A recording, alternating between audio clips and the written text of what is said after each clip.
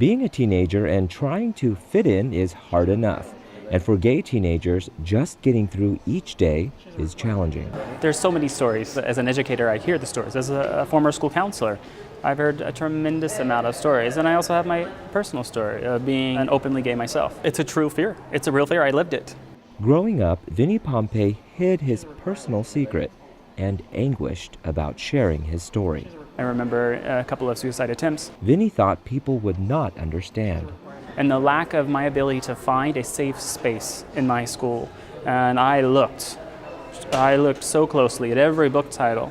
I looked very closely at what teachers said and what they didn't say as messages to me, that they would not be a safe place for me if I were to tell them that I was questioning my sexuality or that I might be gay. As an adult, he continued to mask his truth.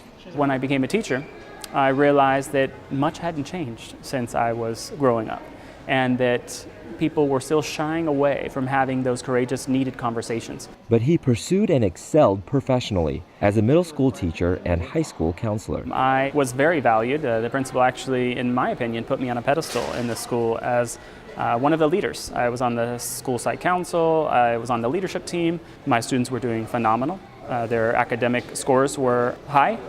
High praise, but everything quickly changed when he told his principal he was being harassed by another teacher for being gay. Vinnie says the principal's reactions and actions shocked him. It was a very frightening situation. It was a 40-minute ordeal in his office of what I term as harassment and discrimination. This experience pushed Vinnie to step up and step out. I was a closeted advocate in my classroom, but after that happened, I was a visible advocate. An advocate for student self-confidence. Thank you so much, Joel, for all the amazing work that you continue to do.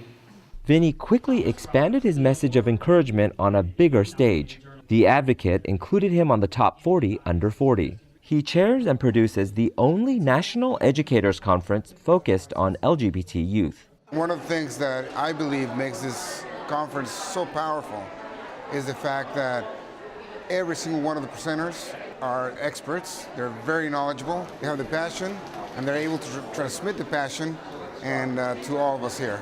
It really motivates me to go to school on Monday and start making a change. One of the things that I consider myself as is I'm a learner first and then a teacher.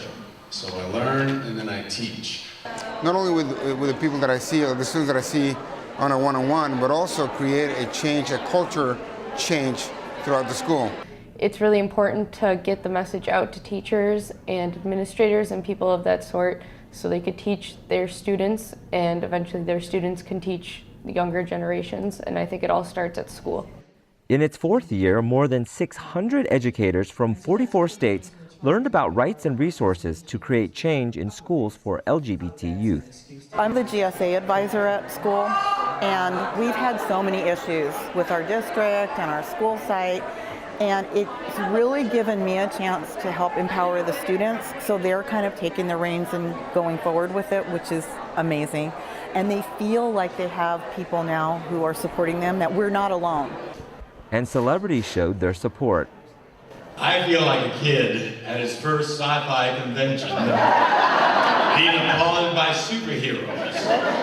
Those school counselors, you are heroes. You are really heroes in what you're doing. Vinnie, you are certainly one of them, a leading superhero.